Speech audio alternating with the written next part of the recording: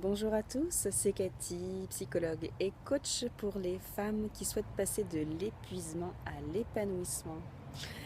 Aujourd'hui, je profite qu'il fasse un peu plus beau, de ce temps un peu plus agréable pour vous faire cette petite vidéo, pour faire suite au séminaire auquel j'ai participé ce week-end et à toutes les interviews en fait que je réalise depuis quelques mois.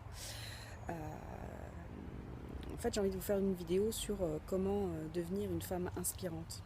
Oui, parce que ce week-end, j'ai pris conscience d'une chose, c'est que je pouvais être moi aussi inspirante. Euh, Ce qui me paraissait complètement inaccessible il y a quelques mois de ça, aujourd'hui je me rends compte qu'au vu des autres femmes, au vu du parcours que j'ai eu, que j'ai depuis quelques mois, je deviens moi-même une femme inspirante.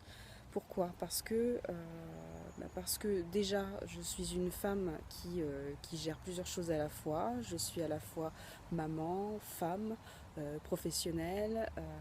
Je gère la maison, je gère le quotidien.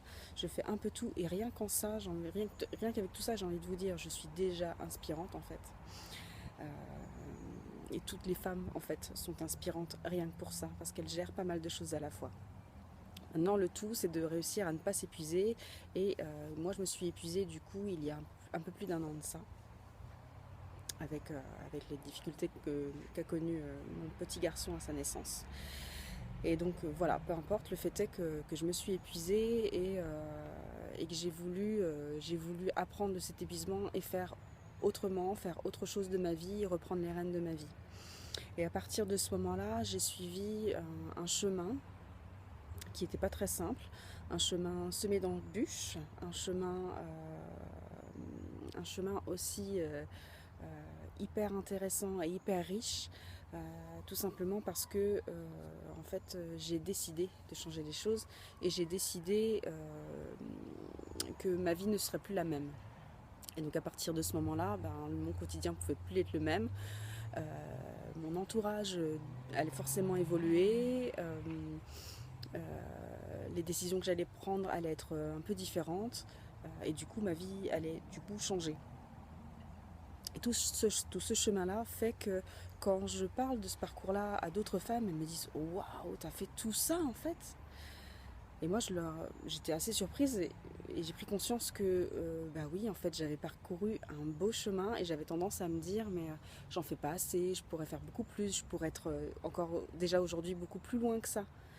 Mais en fait, pour être une femme inspirante, c'est déjà de prendre conscience du chemin que l'on a parcouru, de tout ce que l'on fait déjà, de la liste des choses que l'on fait, euh, et de prendre conscience que la vie que l'on mène est déjà inspirante à partir du moment où on l'a choisie, à partir du moment où on a décidé de prendre les rênes de sa vie en fait.